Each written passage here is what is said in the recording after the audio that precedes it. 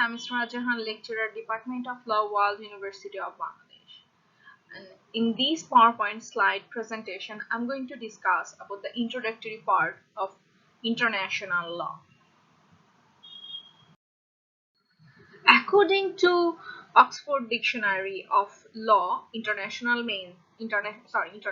law means it's a system of law that regulates the interrelationship of sovereign states and their rights and duties with regards to one another.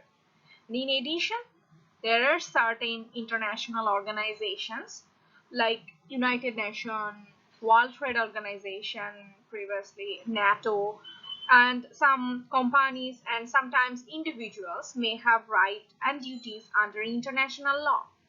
So international law mainly deals with such matter as the formation, recognition of states, acquisition of territory, where law of sea and space, treaties, treatment of aliens, human rights, international crime, international judicial settlement of disputes. So international law means something that's governed the life of public. Life of public মানে হচ্ছে যে আমরা যারা সাধারণ জনগণ কোনো সার্বভৌমত্ব স্টেটে বসবাস করতেছি, আমাদের যে রাইটস গুলো আছে বা একটা দেশের সঙ্গে আরেকটা দেশের সুসম্পর্ক বজায় রাখার যে রাইটস বা ডিউটি গুলো আছে, একটা দেশের প্রতি আরেকটা দেশের যে কর্তব্যগুলো আছে, এই জিনিসগুলা যে ল দ্বারা রেগুলেট হয় সেটাকে বলা হয় ইন্টারন্যাশনাল ল। এবং যেহেতু এই ইন্টারন্যাশনাল লটা সব ধরনের জনগণের জন্য, সব ধরনের কান্ট্রির জন্য থাকে, সেজন্য এটাকে পাবলিক ইন্টারন্যাশনাল ল বলা হয়। এবং মেইনলি ইন্টারন্যাশনাল ল যেটা করে সেটা হচ্ছে একটা দেশের সঙ্গে আরেকটা দেশের অবশ্যই একটা সভরিং দেশ হতে হবে, সার্বভৌম দেশ হতে হবে। একটা সার্বভৌম দেশের সঙ্গে আরেকটা সার্বভৌম দেশের সম্পর্কগুলা যে ল দ্বারা মেনটেন করা হয় সেটা হতে পারে, যেমন আমাদের বাংলাদেশের সঙ্গে ইন্ডিয়ার সমুদ্র সীমা নিয়ে একটা সমস্যা হয়েছিল, বা বাংলাদেশের সঙ্গে ইন্ডিয়ার অনেক ধরনের ট্রিটি আছে, বা দেখা যাবে যে ইন্টারন্যাশনাল অর্গানাইজেশন গুলা যে ধরনের ট্রিটি করে থাকে, যে সব দেশ সুখে শান্তিতে বসবাস করার জন্য যে ধরনের ট্রিটি গুলা রেগুলেট হয়, এই ট্রিটি গুলাকেই বেসিক্যালি, বা এই যে যেগুলা কনভেনশন গুলা আছে সেগুলাকেই বলা হয় international law. Nature of international law. The usual source of international law are conventions and treaties, international customs, insofar as this is evidence of general practice of behavior accepted as legally binding, and the general principle of law recognized by civilized nation.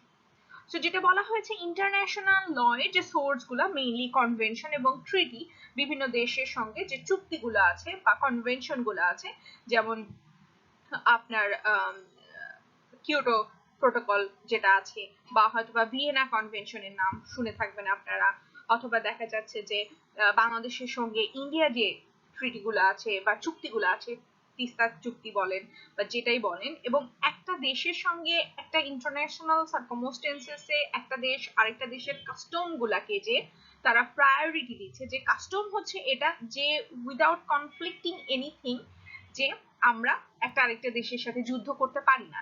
যেমন ধরেন রোহিঙ্গা, বাংলাদেশে এত পরিমাণ রোহিঙ্গা আমাদের দেশে চলে আসছে, এখন ওয়ার্ল্ডের যে সার্কামস্টেন্সেস, তাতে আমরা ইচ্ছা করলেই মায়ানমারের সঙ্গে যুদ্ধে যেতে পারি না, বিকজ ইটস কাস্টম। এবং এই কাস্টমারি যে বিহেভিয়ার গুলো, কাস্টম হচ্ছে এমন জিনিস যেটা আমরা কোনো লতে বা কোনো কিছু তো বলা নেই, কিন্তু আমরা এটা করে আসতেছি। সো লিগালি বিহেভিয়ার গুলো আমাদের এমন হতে হবে যে আমরা সভ্য ভদ্র, এবং এই যে যে সভ্য ভদ্র হবার এই যে যে প্রিন্সিপাল গুলা, এটা অলওয়েজ সিভিলাইজড নেশনসরা ফলো করে। So international law that I have said you previously, that is also called the public international law and not the private international law. Private international law means relationship between one person to another, and public international law means the relationship between one country to another. And Vaughan law defined international law as a body of rules and principles that determine the right and duties of states, primarily in respect of their dealing with other states and citizen of other states. So উনি যেটা কথা বলছেন ভোগান লোয়, উনি বলছেন যে international লর বডিটা হচ্ছে এরকম যে তার রুলস এবং প্রিন্সিপাল গুলা ডিটারমাইন করবে। কোন রুলস এবং প্রিন্সিপাল গুলা? যেটা রাইটস এবং ডিউটি, প্রত্যেকটা স্টেটের রাইটস এবং ডিউটি ইন রেসপেক্ট অফ অন্য দেশের ক্ষেত্রে এবং ওই দেশের সিটিজেনের সার্কামস্টেন্সেসে যে ধরনের রাইটস এবং ডিউটি আছে স্পেসিফিক কান্ট্রিগুলার, সেটাই ডিটারমাইন করে হচ্ছে আপনার international law. Scope of international law. International law is the body of law and rules which govern state action with one another, and it would be important to mention that these states are sovereign independent states and have their own foreign policy on how they want to act in international arena and are only bound by the international law by their own consent to such treaty or convention. যখন একটা স্বাধীন সার্বভৌম রাষ্ট্র কোনো একটা international ট্রিটি বা কনভেনশনে sign করে, এর মানে হচ্ছে সে ওই কনভেনশন বা ওই ট্রিটির পার্ট হয়ে গেল এবং অ্যাকর্ডিং টু দ্য ল ওই স্পেসিফিক সার্বভৌম দেশটা ওই ট্রিটি বা কনভেনশনে যেগুলো ল আছে, যেগুলো বাউন্ড করছে তাকে, সে সেগুলো মানতে বাধ্য। এবং তার একটা দেশের সঙ্গে আরেকটা দেশের সম্পর্কটা কেমন হবে বা স্পেসিফিক ওই কনভেনশন বা ট্রিটি সাইন করা কান্ট্রিগুলোর সাথে একটার সঙ্গে আরেকটা সম্পর্কটা কিভাবে হবে বা কেমন সম্পর্ক সে বিরাজ করবে, সেটা ওই কনভেনশন বা ট্রিটিতে যে টার্মস এন্ড কন্ডিশন গুলো দেয়া থাকে সেগুলো অনুযায়ী হয়ে থাকে। The scope of international law today is immense, from the regulation of space expedition to the question of the division of ocean floor, or from the protection of human rights to the management of the international financial system. Its involvement has spread out from their primary concern with the preservation of peace to embrace all the interests of contemporary international life. So যেটা বলা হচ্ছে international law এর স্কোপটা কোন কোন সার্কামস্টেন্সেসে international law apply হয় সেটা nowadays in this circumstances 21st century তে এসে it's huge, কারণ 21st centuryতে এসে ওয়ার্ল্ড অনেক বেশি এগিয়ে গিয়েছে এবং ওয়ার্ল্ডের যে মানুষ বা কান্ট্রিগুলো আছে তারাও অনেক বেশি এগিয়ে গিয়েছে। মানুষ এখন চাঁদে যাওয়ার, স্পেসে যাওয়ার চিন্তা ভাবনা করছে। সো স্পেসে যাওয়ার চিন্তা ভাবনা করার ক্ষেত্রেও কিন্তু এই পৃথিবীর সবগুলা কান্ট্রি বা সবগুলা কান্ট্রি বলতে প্রত্যেকটা কান্ট্রির ইনভলভমেন্ট বা প্রত্যেকটা কান্ট্রির মতামত নেওয়াটাও জরুরি হয়ে গিয়েছে, ঠিক আছে? এখন এই কনসার্নটা কেন জরুরি হয়ে গিয়েছে, কেন? কারণ হচ্ছে আপনি শান্তি বজায় রাখতে চাচ্ছেন পুরো পৃথিবীতে। শান্তি বজায় রাখার জন্য আপনাকে ইন্টারন্যাশনাল লাইফ, প্রত্যেকটা হিউম্যান বিং এর ইন্টারন্যাশনাল লাইফের কনসার্ন এবং প্রত্যেকটা কান্ট্রির কনসার্ন হচ্ছে পিস বজায় রাখা। সো আপনি যাই কিছু করেন না কেন বা ওয়ার্ল্ডের ম্যাক্সিমাম কান্ট্রি যাই কিছু করিক না কেন, বাকি কান্ট্রিগুলোর কাছ থেকে ম্যাক্সিমাম সার্কামস্টেন্সেসে ট্রিটি বা কনভেনশনের মাধ্যমে তারা তাদের কনসেন্টটা নিয়ে থাকে। Utility of international law. The range of theories and approaches to international law, and not least the emphasis upon the close relationship between international law and international relations, testifies both to the importance of the subject and the inherent difficulties it faces.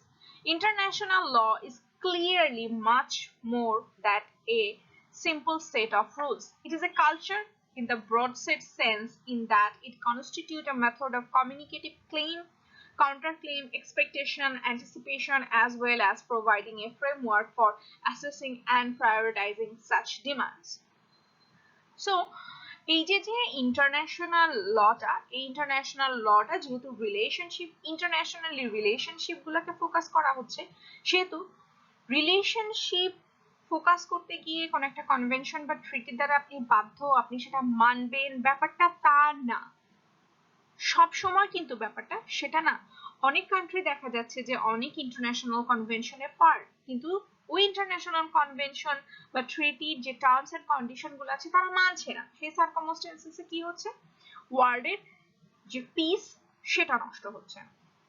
এবং বাস্তবিক পক্ষে international law শোনায় যে it's a set of rules, but আসলে কি সেই set of rules মানুষ মানছে বা প্রত্যেকটা কান্ট্রি কি মানছে, মানার পেছনেও দেখা যাচ্ছে যে একটা কান্ট্রি যখন ক্লেম করছে সেটার এগেইনস্ট একটা কাউন্টার ক্লেম হচ্ছে, বা এক্সপেকটেশন সবাই যেভাবে এক্সপেক্ট করছে সেভাবে হচ্ছে না।